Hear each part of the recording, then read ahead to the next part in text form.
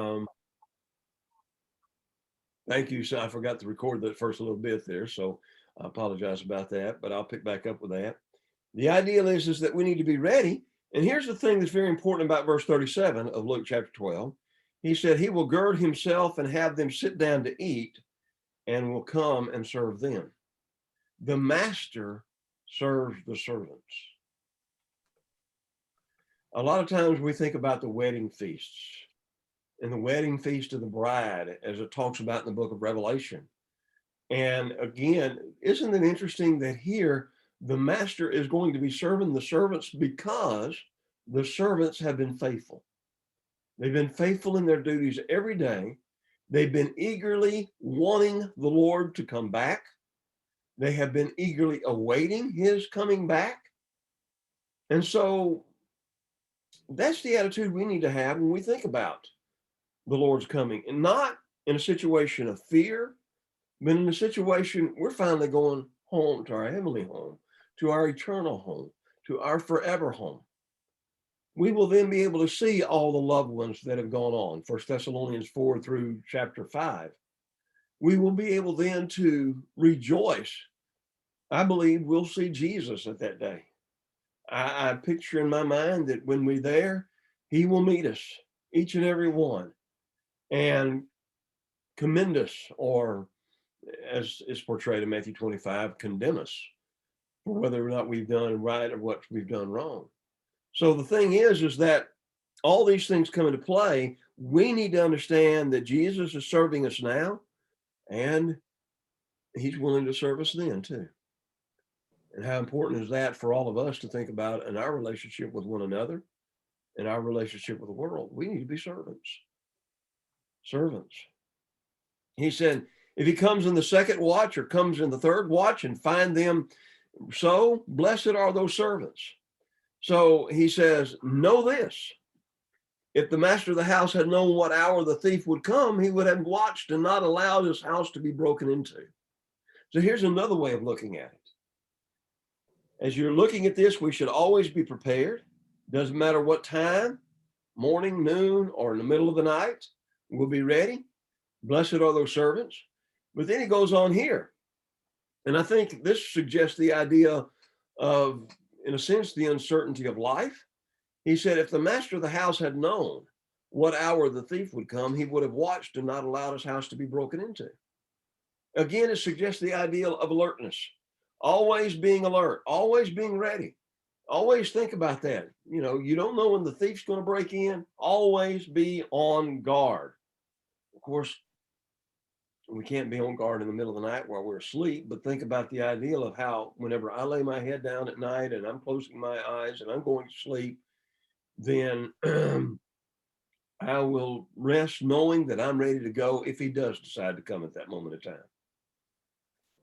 I've often thought about the fact years ago, whenever I was a little bit more immature, I thought about the fact that a lot of times Jesus will say, you know not the day in which he comes.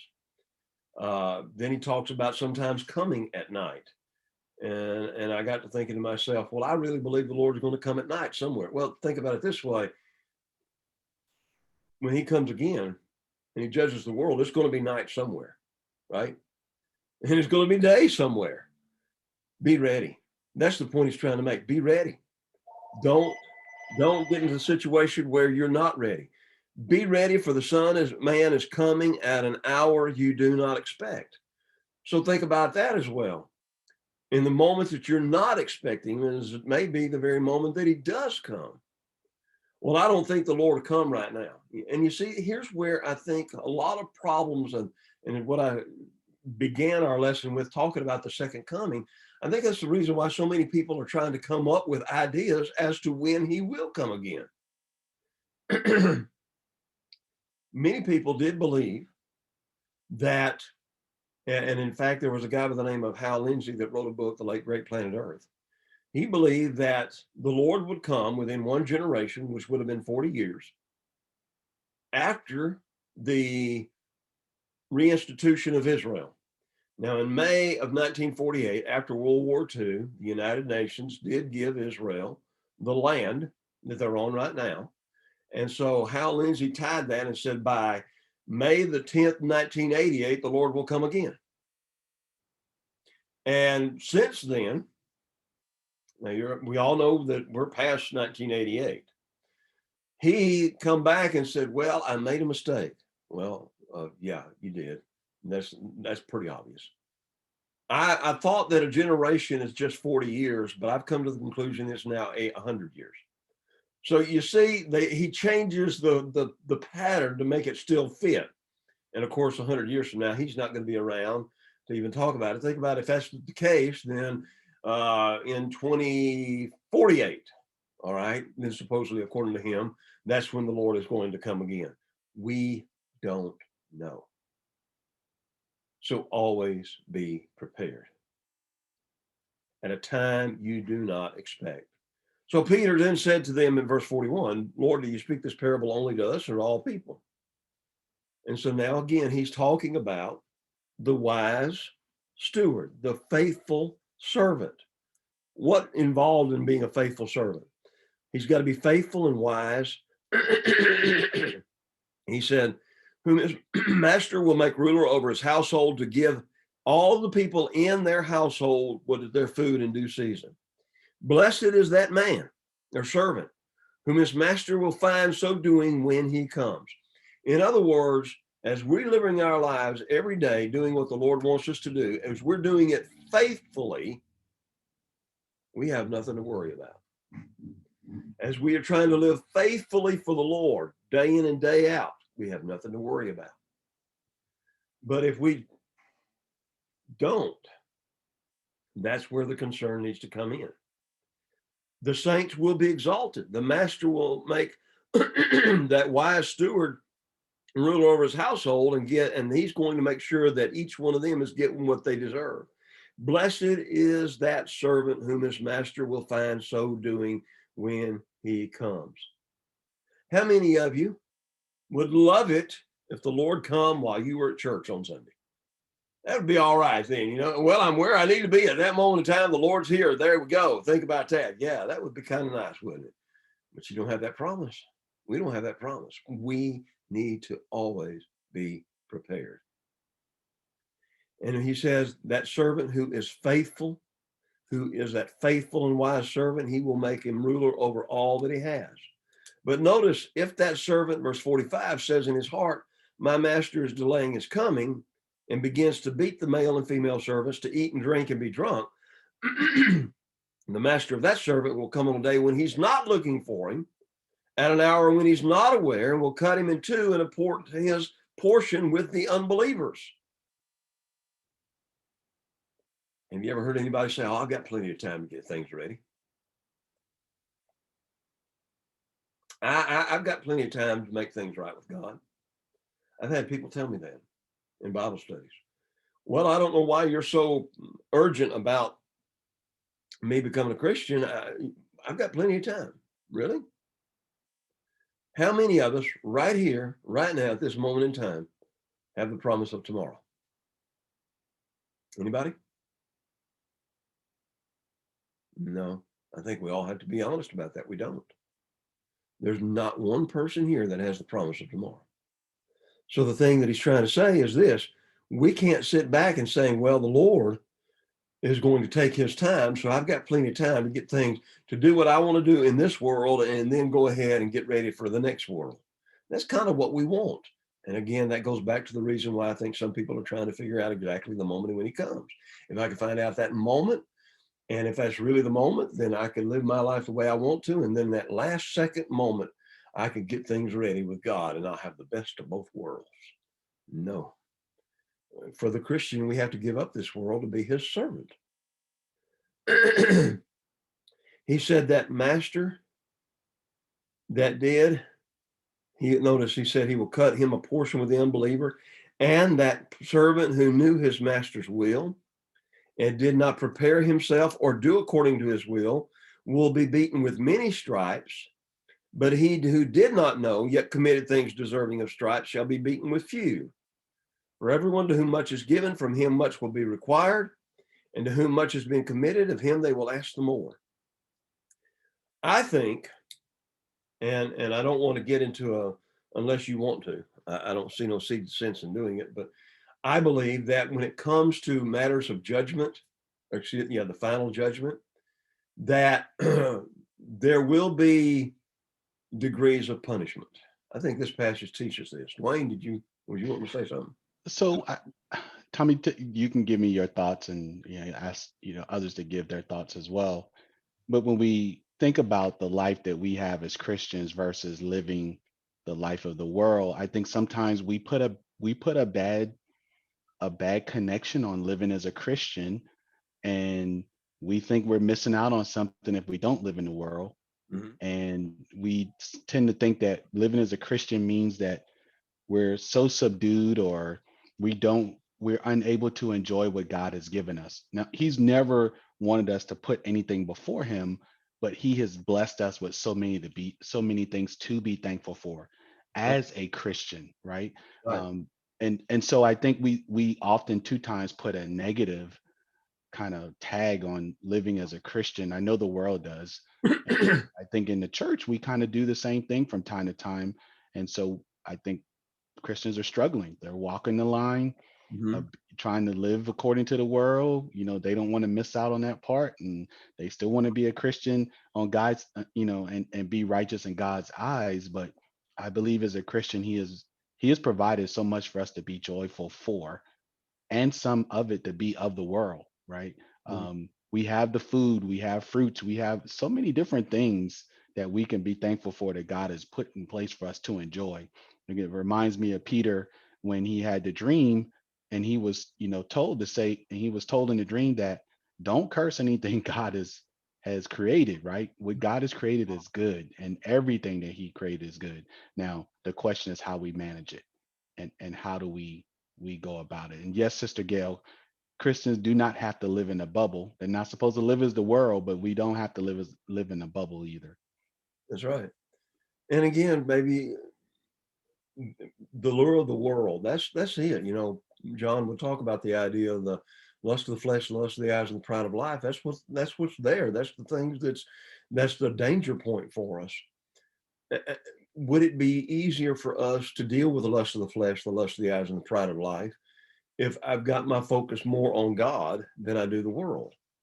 If my focus more is on the world to come rather than the world that's here, right now. I think those are things that we have to take into consideration. And I think that's what he's trying to emphasize here.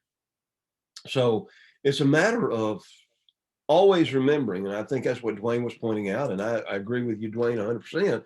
We've got to always remember we're Christians in a foreign world. All right, let's be honest about that. It's kind of like me when I went down to Central America for a week. I was an American in a whole other place, a whole other world, and yes, I was out of my comfort zone because I had the opportunity to teach the gospel. Don't get me wrong, but buddy, I mean, you want to talk about culture shock? That's it. That's really what we've got to think about from our viewpoint. This is culture shock. This world is culture shock from what heaven is going to be like. And so let's live not having our heads so much in the clouds that we're of no earthly use, but let's always remember that this isn't home and this isn't where I'm going to spend eternity. I'm going to spend it with my Savior. And that's what I think he's trying to emphasize. Let's go on and emphasize the ideal again. Do you think there's going to be degrees of punishment in hell? This passage in verse 47 and 48, does that not suggest the idea of that? And so immediately then all of a sudden we start talking about what hell is going to be like. Um, we start talking about it's a place of fire. It's a place of torment. Um, there are a lot of things that are found in Scripture to try to describe what this punishment is going to look like. And I think it's there to help us to see the alternative. And I think every last one of us as Christians do not want to go there. Some people have minimized the whole ideal of hell and said that a loving God would never send anybody to a place of eternal punishment.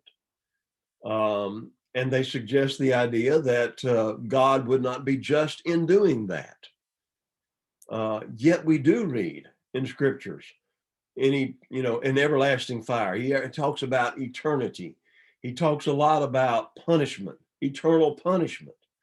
And well, I just can't serve a God like that. Okay, well, if you make an idol in your own image, you're going to still know this place.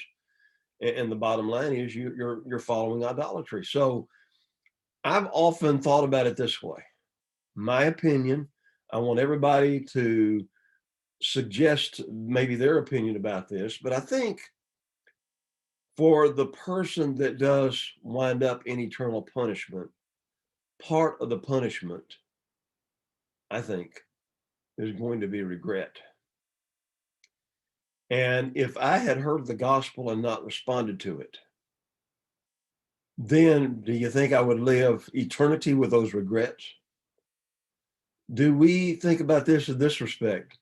Do we sometimes regret some decisions that we've made? All of us could sit back and say that. Sometimes, if we don't handle those regrets and those decisions in a proper way, it can debilitate us. And it could get us to the point to where we're sitting there thinking, that's all we ever consume ourselves thinking about.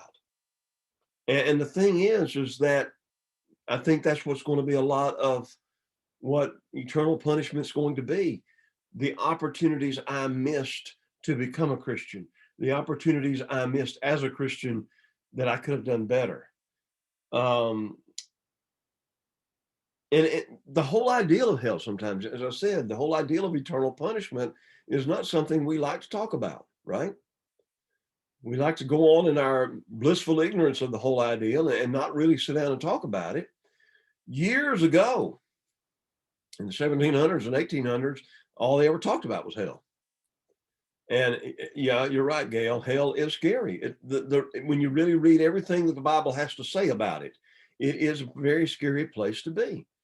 And I think as we talked about, especially in this country, in the 1800s, there was 2 or 3 enlightenments where people's lives they were having some hard times here on this earth.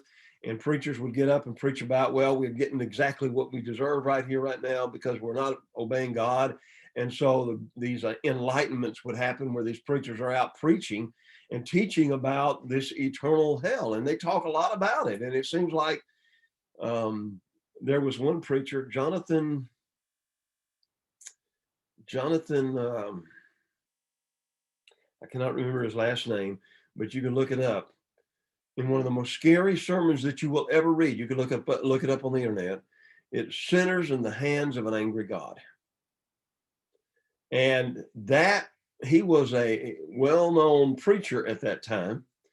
And that sermon scared everybody, I mean, just so much that they were just coming in droves because they did not want to go there. Read that sermon and look it up on the internet and read that sermon and compare that with some of our sermons today. We don't hear a lot about punishment, do we? I've not preached a lot about eternal punishment. It's uncomfortable to talk about, but it's even more, sinners in the hands of an angry God. That's right. It's more, we better be talking about it now rather than having to deal with it later. And one of the things that came as a result of that preaching about what hell is going to be like is it scared people to the point that they stopped sinning. But here's what happens after a while.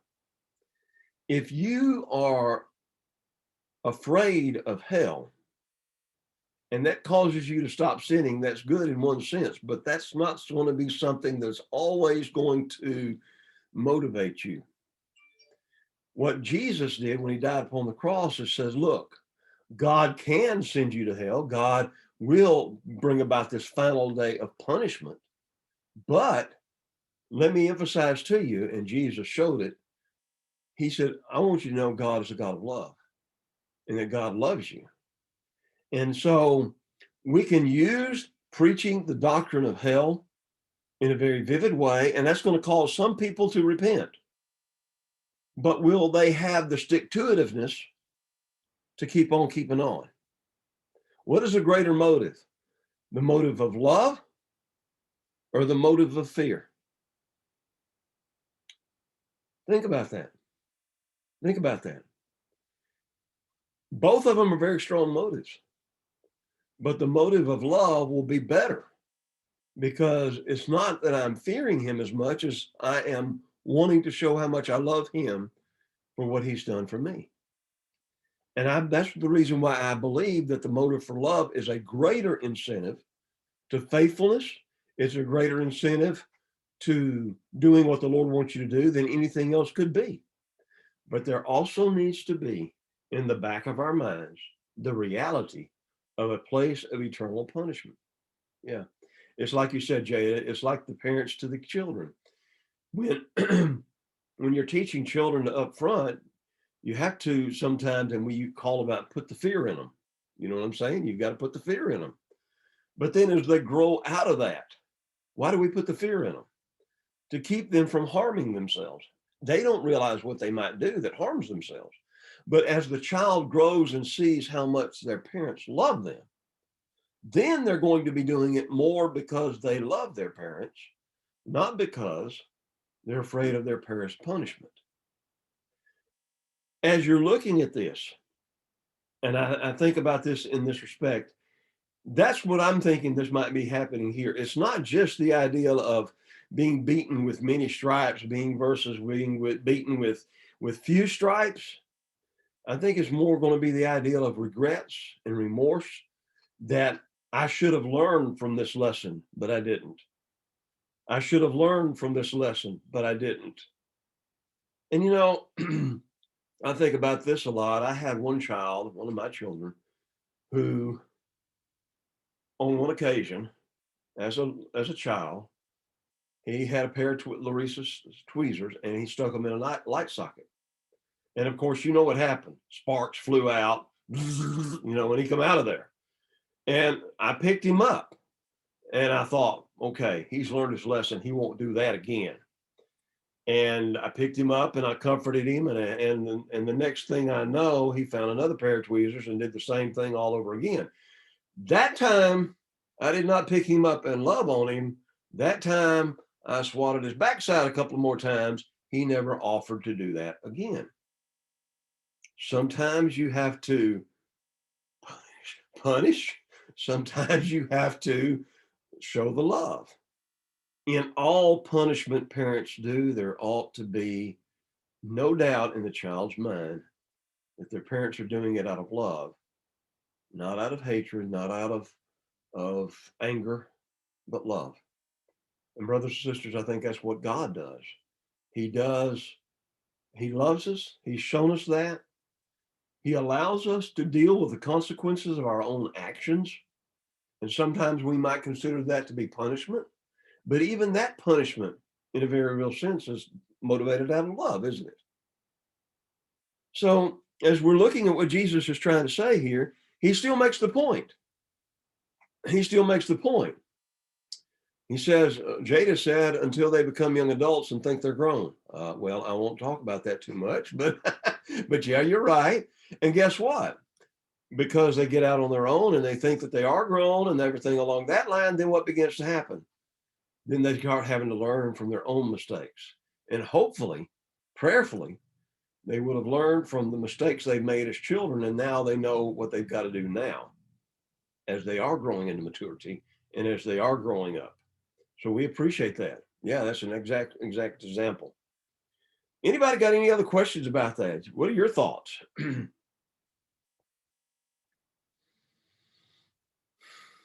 I'm thankful. I'm thankful God's patient with us. And he gives us the opportunity to mature and to grow up, right? And Yeah. he Yeah. doesn't count us short, right? God is long suffering. And so thankful for that. And I think we have to use the same thing with our family and with church family, with our families that we grow up with and households we grow up in, we have to extend that same long suffering as God has extended to us. That's exactly right. About the only time whenever we would have to really take action is if there might be physical danger or something like that Right. involved. Yeah, Right. yeah. But yeah, you're right. We need to show that kind of love and mercy. But at the same time, if a person, and this is what Matthew 18 teaches, if a person continues in the sin after being warned, after being pleaded with, there comes a point whenever you've got to say, okay, that's that. Um, we have no other option in the matter but to, um, as we call it, disfellowship, but withdraw fellowship from you. And that too is punishment, is it not? It's punishment if disfellowshipping someone is punishment if there is real loving fellowship. Now, disfellowshipping someone is not punishment if there's no fellowship. So I think that has to be something we think about. That's something else we need to meditate on, is our fellowship with one another of the kind to where if someone is withdrawn from, they hurt so bad because they missed that fellowship that they come back and repent because of it. There's a lot of folks today in the church that have withdrawn their own fellowship, and it doesn't bother them.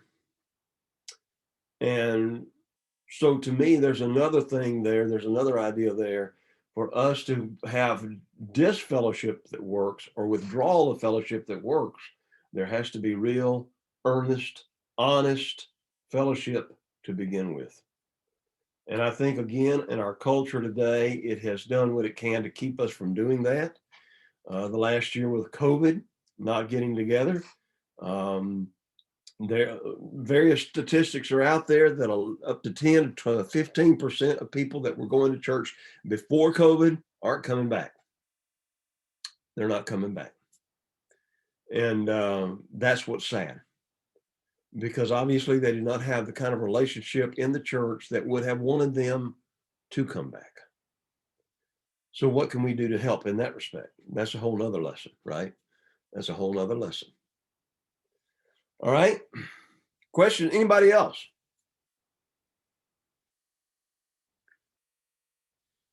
I'm accused of teaching too much, and I'm trying to give everybody, I'm trying to break myself of this. Okay. So I'm giving you the opportunity to talk. All right. But if you choose not to, I will go on.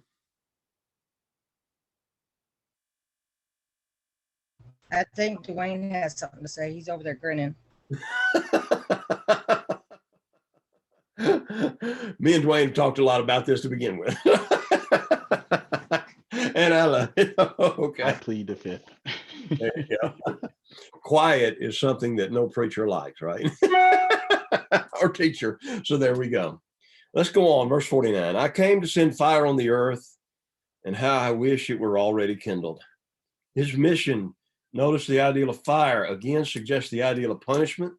He says, this fire on the earth, he said, I wish it were already kindled. I wish that we're dealing with these things now. But he said, I have a baptism to be baptized with. Think about Jesus, the perfect Son of God, never had been anywhere around sin, was with the Father and the Spirit in heaven. The angels were always doing the Father's will. The Father, the Son, and the Spirit are looking down on earth and looking at mankind, shaking their head, coming to the conclusion of Genesis that the world has to be washed clean of the sin, coming to the conclusion with Sodom and Gomorrah that they had to be destroyed, coming to the conclusion, reluctantly perhaps, that his own people, the children of Israel, had to be taken into captivity because of their continued rebellion. We see God's patience over and over and over again. We don't look at sin like God looks at sin. And that's why I think what Jesus is saying here, he said, I wish I came to send fire on the earth. I come to bring this judgment, and how I wish it were kindled. Living as a human being on this planet with all the sins that was going on at that time, the religious hypocrisy, the way that they were mistreating one another, not taking care of the poor, not taking care of all the other things that they were commanded to do in the Old Testament. I believe Jesus was saying, in essence, you know what? I really wish that the judgment would come now. Think about his heart. How this just, knowing that he was going to have to die upon the cross, but think about him living a perfect life in a world full of sin. Does sin make you sick? I mean, literally, do we sit and laugh at it on the television? Do we sit and listen to movies or watch movies or watch apps or something like that that cause us to just disregard it because we're living in a sinful world? Does it bother us? Think about how it must have bothered Jesus. And you see, he says, but before this fire can come, I have a baptism to be baptized with. And what was this baptism? A baptism of blood, a baptism of being nailed to a cross after being beaten, a baptism of suffering. I believe part of the reason why Jesus became a man was so that he can understand what it was like to be a man, that would make him to be the perfect intercessor. Hebrews 4, verse 15, or 7:25. And the thing that I want to encourage you to think about, he says, he was sitting there thinking about what he was going to have to suffer to save man. And he said, how distressed I am till it is accomplished. Was he distressed because he knew what he was going to have to go through? Possibly. Had he perhaps seen people crucified on the side of the road? Yeah, if he was a Jew at that time in the Roman, in that Roman area, yeah, he probably would have seen it. He would have seen the suffering. He would have seen the agony. He would have seen all of this. And so he says, you know what? He said, this is tough. Think about the perfect Son of God living in this world. It was tough. We don't have a clue about that because it's just surrounding us so much that we don't even pay attention to it anymore. And that's what's bad, because why? Because if we're not paying attention to the sin, then it becomes easier to do it. He said, do you suppose that I came to give peace on the earth? No. He said, I didn't come to tell you, not at all, but rather division. Whenever he came and died, and then his disciples started going out and preaching the gospel to the world, the Jews wanted them killed. And then later the Romans had their hand in killing them. And so the thing is, he said, I didn't come to bring peace. Now, in one sense, he did, because he brought peace between God and man. And that's the only way we're going to ever be at peace with one another, if we're at first at peace with God. He says, from now on, 5 will be in one house will be divided, 3 against 2 and 2 against 3. Father will be divided against son and son against daughter, mother against daughter, daughter against mother, mother-in-law against her daughter-in-law, and daughter-in-law against her mother-in-law. And if you read the other context, and a man's foes shall be those of his own household. Christianity has split families. Christianity has split, loved ones from one another. We know that sometimes there's not even peace in the church. I hate to say that. I'm being honest. And the thing is we're looking at all of this, we have to realize that our call, is to be like Jesus. We have to hate sin so much that it's not a part of our lives, that we weep whenever we hear of a brother or sister that's in it, that we do all that we can to get them back out of it before it's too late. Jesus came, and in this very real sense, yeah, he brought division. And so as we look at that, because you have the truth, and because you have Satan with all the error, Error comes into the truth. It makes itself look like truth to the point to where those believers in the truth have to discern. And sometimes there's no peace in the families, in the church, in the world, in politics. And it's not going to get, folks, it's not going to get better until the Lord comes again, period. We may think if we just get the right guy elected, or we get the right guy doing this or the right guy doing that, it's all going to be better. No, no, no, no, no. We can't put our faith and trust in guys. We've got to always put our faith in Jesus Christ. We are Christians first. And it's not going to be easy to live that kind of life, but it can be done. So let us all do that. Let us all understand that. All righty. It's 8:19. I mean, it just seems like time flew. So let's stop right there. We'll pick up with verse 54. We'll finish with chapter 12. Chapter 12 was a long chapter. I had hoped that Wayne was covering the whole thing last week, but but let's start with chapter 12, verse 54, and we'll go on into chapter 13. 13 is not quite as long, and we'll just go from there. Any other comments, questions, thoughts?